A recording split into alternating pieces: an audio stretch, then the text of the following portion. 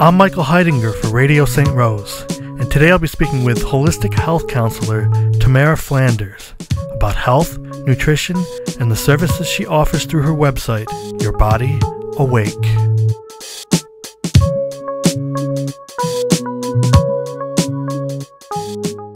What exactly is a holistic health counselor? It's a question everybody asks. It really varies depending on how a person is practicing. What I focus on is holistic work with women, helping them heal relationships with food. And so the holistic perspective looks not just at helping them figure out what foods are best for their body, but how to incorporate those changes into their lifestyle and to rebuild a relationship with food that helps them understand things like emotional eating and cravings and food addictions and find a balance. And how did you originally become interested in this field? Partly due just to my own journey with food. You know, I didn't always have the best relationship with food growing up, and then as I became more of a whole foods vegan when I was in college and started eating better, I noticed a direct connection to my own health and wellness and energy improving. And so I took note of that and was primarily doing social work with women and saw a lot of other unhealthy relationships happening with food that were either related to poverty or violence or body image. And so I started incorporating that food work in with my social work, working with women and children and helping them make some healthier choices and seeing how that impacted them in a greater way. And so then I decided to go into it as more of a career focus, and I went back to school for my holistic counseling degree. And this is the Institute for Integrative Nutrition? Correct. Okay. And I understand that you've actually you've studied with some pretty big names, such as Dr. Andrew Weil and Deepak Chopra. Yes. Yep, a couple times. So what is the curriculum like at a place like the Institute for Integrative Nutrition? Well, it's evolved over the years, and back in my day when I went there, which was about 7 years ago, it was a live classroom experience where now it's a distance learning program. Okay. So when I went to their school in Manhattan and sat in a classroom with Andrew Weil and Deepak Chopra and a lot of those other greats that they brought on for us. And what the Institute does is really teaches a lot, over 100 different models of dietary theory, because the premise is bio-individuality and that there's no one diet for everybody, that we're all unique. And so there we learned like over 100 different dietary theories between the Atkins diet and carb loading and carb restricting diets and macronutrients and micronutrients and raw foods and fermented foods, and so that we would have a foundation of how to make recommendations for people, and also to have an understanding when, you know, often when somebody comes to me, they've already tried 75 different dietary plans, you know, and they haven't worked for them. And the partner to learning those is that we learn how to help people really investigate what's working for them, what's not working for them, and how to tell. Okay. Actually, one of the services you offer is called intuitive eating counseling. Yes. So that's for the person who's tried a million different ways of eating and hasn't had success.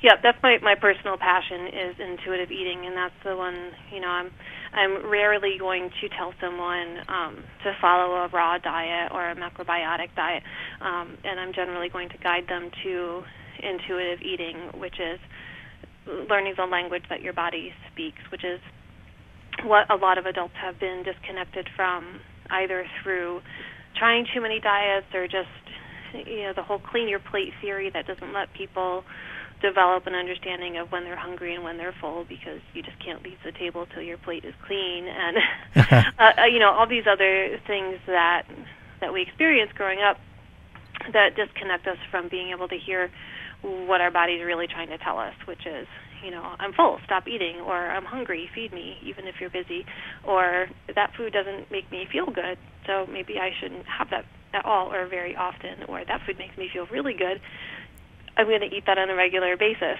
And people forget to listen to those things. Well, I mean, I guess a cynical viewpoint could say, well, my intuition tells me to eat pizza and potato chips, so shouldn't I? Well, and the partner to intuitive eating is to eat intentionally. And so what I tell people when I start working with them on intuitive eating is, if that's what your body's telling you, go ahead. But your responsibility, if you're looking to create change in your life, is to sit with that pizza and chips and be really honest with yourself how you feel after binging on them.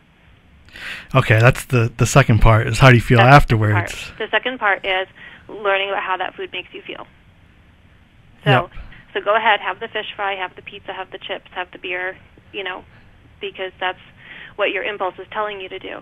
And that's where the holistic perspective comes in too, is that, I could sit there as a practitioner and hand you a list of foods to eat and say, come back in a week and tell me, what happened.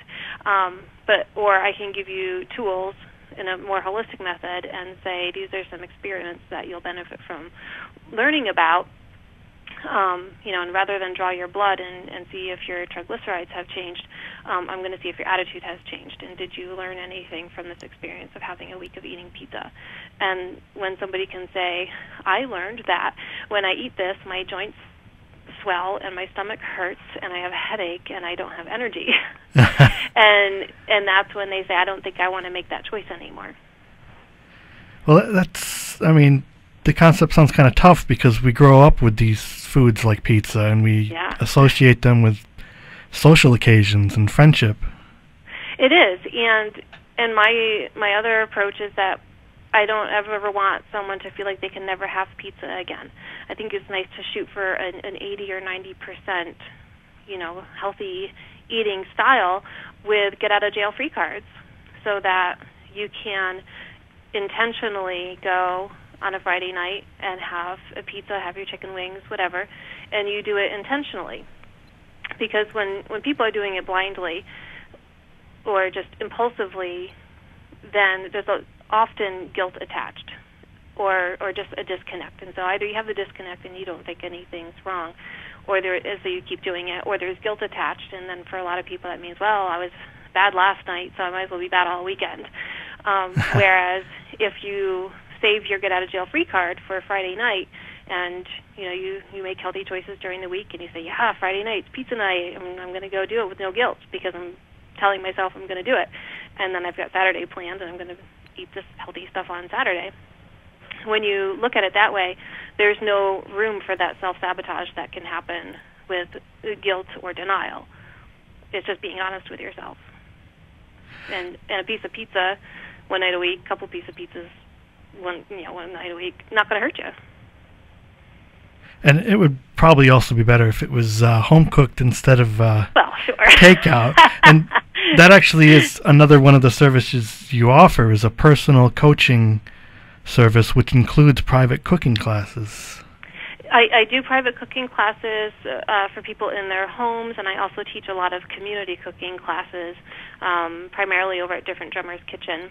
And so I teach whole foods and kind of allergy-free elimination diet type cooking classes at those sites. Now, I'm fairly comfortable cooking and in the kitchen, but there still must be a lot of people that just are not comfortable cooking their own food. There are. Yep. It's overwhelming for a lot of people. Either they haven't learned the foundations, or they know the foundations, but they don't know what to do with these whole foods things that I'm telling them to eat. So, which it actually can be a lot easier than mythology might tell you. And there's a lot of the ugly rumors going around that it's really expensive and it doesn't taste good and it's really hard. And so I like to debunk those myths. Okay, and that would actually the part about not tasting good would lead me into the topic of salt and sugar, two of the most common flavorings. Sure.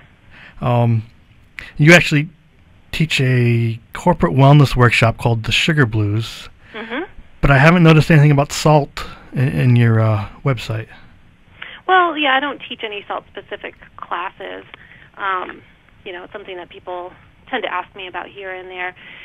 I guess because I do more promoting the whole foods diet, it naturally takes people away from the standard American diet, which is over-salted and uses salt in an appropriate level. Your body needs salt, and you need the iodine from the salt for your thyroid, and it's not the enemy it's made out to be. It's the enemy when you're getting your sodium through McDonald's and frozen dinners and canned soups that are through the roof with their sodium levels. But using regular salt to season your food isn't going to give you a level that needs to create worry. So sprinkling a little salt on broccoli is fine. It's delicious. I highly suggest you do. So ditch the processed canned soup and then sprinkle a little salt on fresh food. Exactly. Make your own soup and put a little salt in there.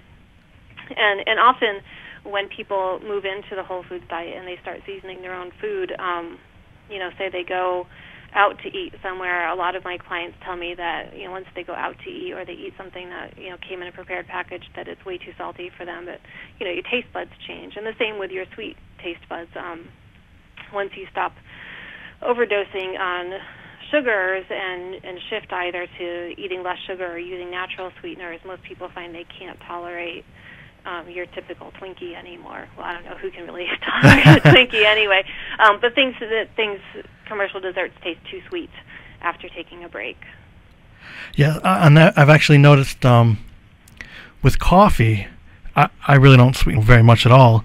But I've noticed some people will throw 3, 4, 5 packets of sugar into a cup of coffee, and I've always wondered how they could stomach that, because I lost my sweet tooth at a fairly early age. But apparently, if you have a corporate wellness workshop called the Sugar Blues, that means there's a lot of people that still haven't lost their sweet tooths. Oh gosh, yes.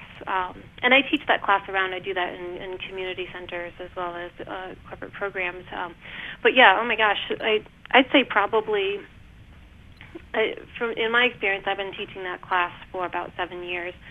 It gives me the impression that probably about 70% of adult Americans are walking around with an active sugar addiction. Wow, 70%. Yeah. That at least know that they have an active sugar addiction. It's very, very common, both between the emotional hold that sweets have on people, whether it's because you were brought up to seek sweets as comfort, or you later on developed that relationship that if I eat this cookie, I won't have this bad feeling anymore about whatever external issue is really bothering me. There's an emotional addiction to sugar, and then there's a physical addiction to sugar, and it does wreak havoc on your physical body, of giving you blood sugar highs and lows that lead you impulsively needing more to balance yourself out or to keep you from crashing. And so there's a physical roller coaster and an actual withdrawal process for someone who has had a lot of sugar for an extended period of time, that there is a physical withdrawal period that they have to go through in detoxing from that, and it doesn't feel good. And what about artificial sweeteners, people who try to avoid sugar by switching over to them? And they're just inviting another whole host of problems. You're just putting chemicals in your body. It's definitely not something that I advocate for, and unfortunately it's marketed really nicely for people who need a zero glycemic index on their sweets for diabetics, because they're chemicals, so they have a zero glycemic. And there's a lot of conflicting thoughts. Have they been tested? Are they causing cancer? And each of them are, of course, going to say, I tested mine and it doesn't cause cancer, and maybe they have and maybe they haven't. But the thing that nobody's doing anywhere really is crossing them. And so say you have a diet yogurt in the morning with one kind of artificial sweetener, and then you open a Diet Coke in the afternoon with a different kind of artificial sweetener. All of those chemical compounds have just entered your body together, and then what's happening?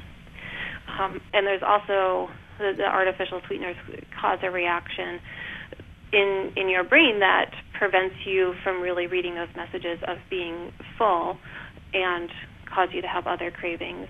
And a lot of the foods that are made with the artificial sweeteners are made extra sweet and also fat-free, like, your diet cookies and your diet sweet snacks, diet puddings, whatever.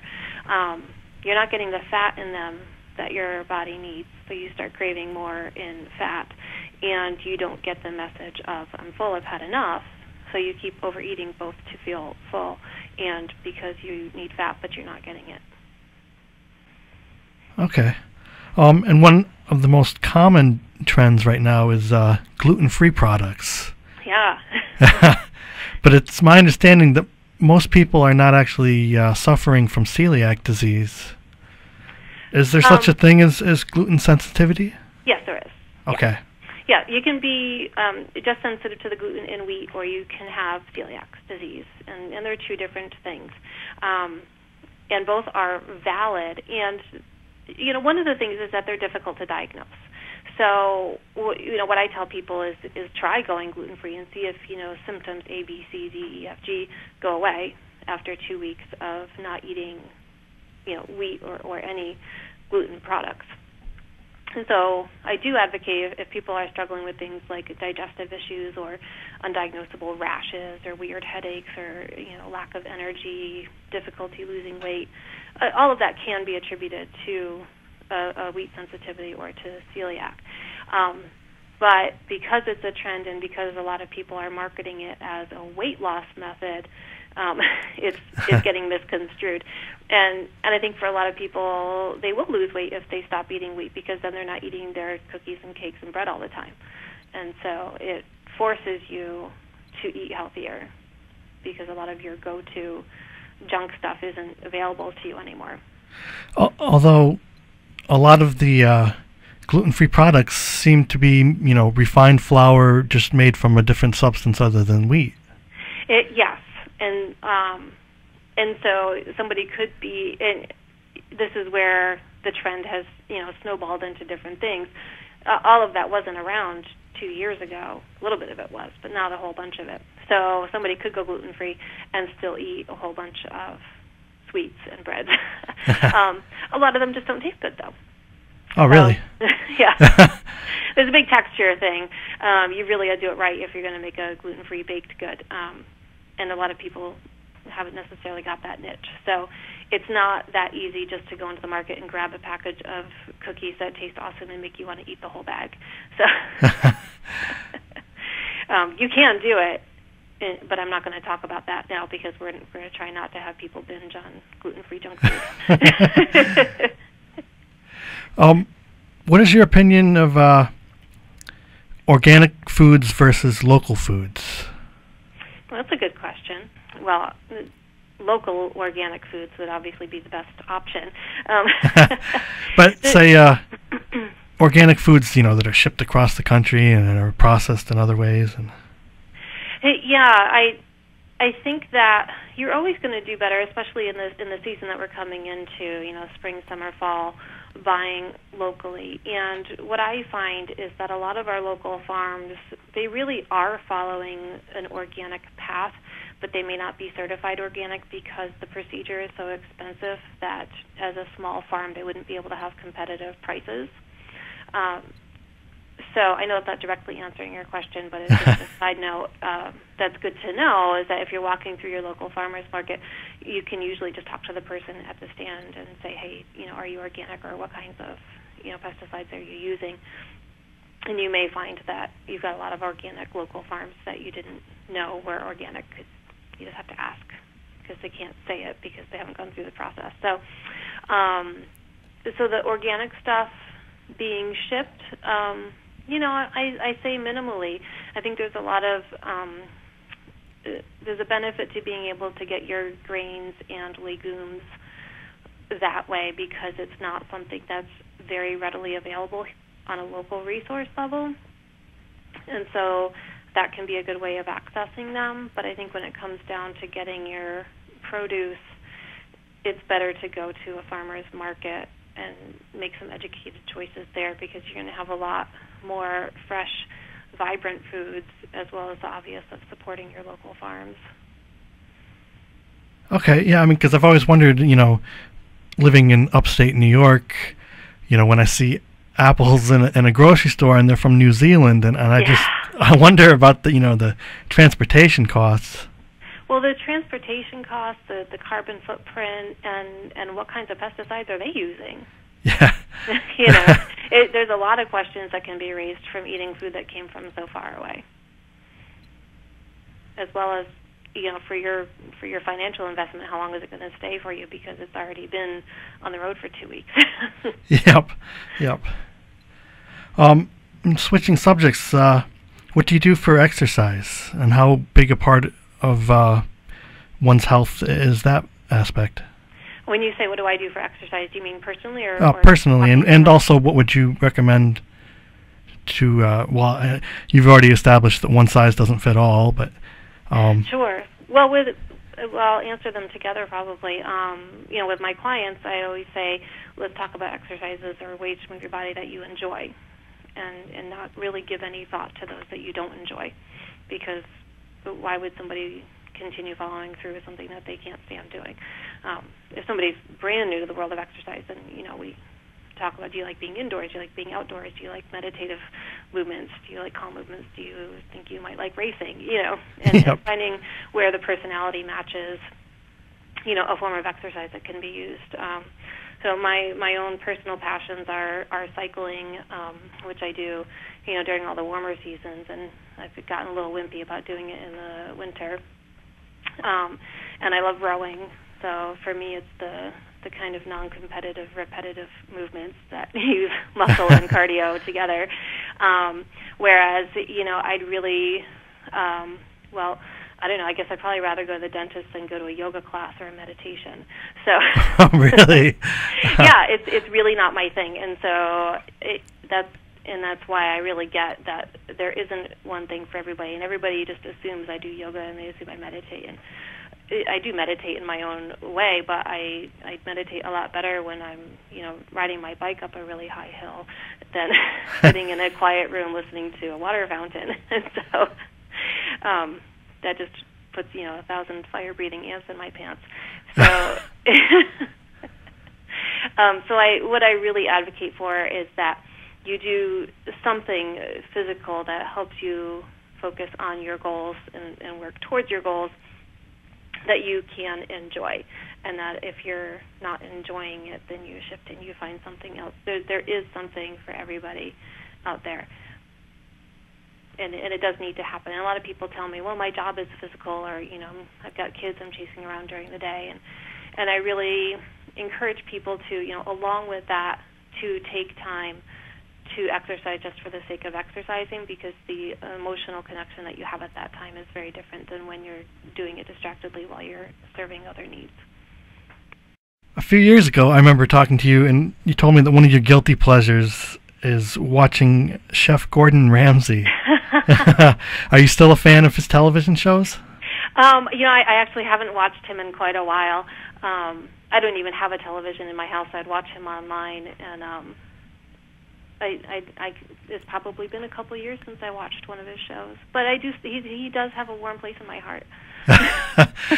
I'm just curious, because you just recommended all these, find a way to connect and stay centered, and he is sometimes not the most representative of that kind of lifestyle. Well, I think the reason is that I've seen him on BBC, where he's a very different person, and so when he hypes it up for the camera, and on the American shows, and when you get him in the British shows, he's much more smiley and calm and nurturing. So and I think that he's gotten worse over the years. That's part of why I steered away from him, was that he either got or was coached to be a little bit more volatile than I found pleasing. Still, on the other hand, when he visits some of these restaurants and you see the condition of the kitchen, it makes you want to prepare your own food. It does. Yeah. It does. Yep. Yeah, I'd like to thank you for speaking here today, Tamara. Well, thanks for having me.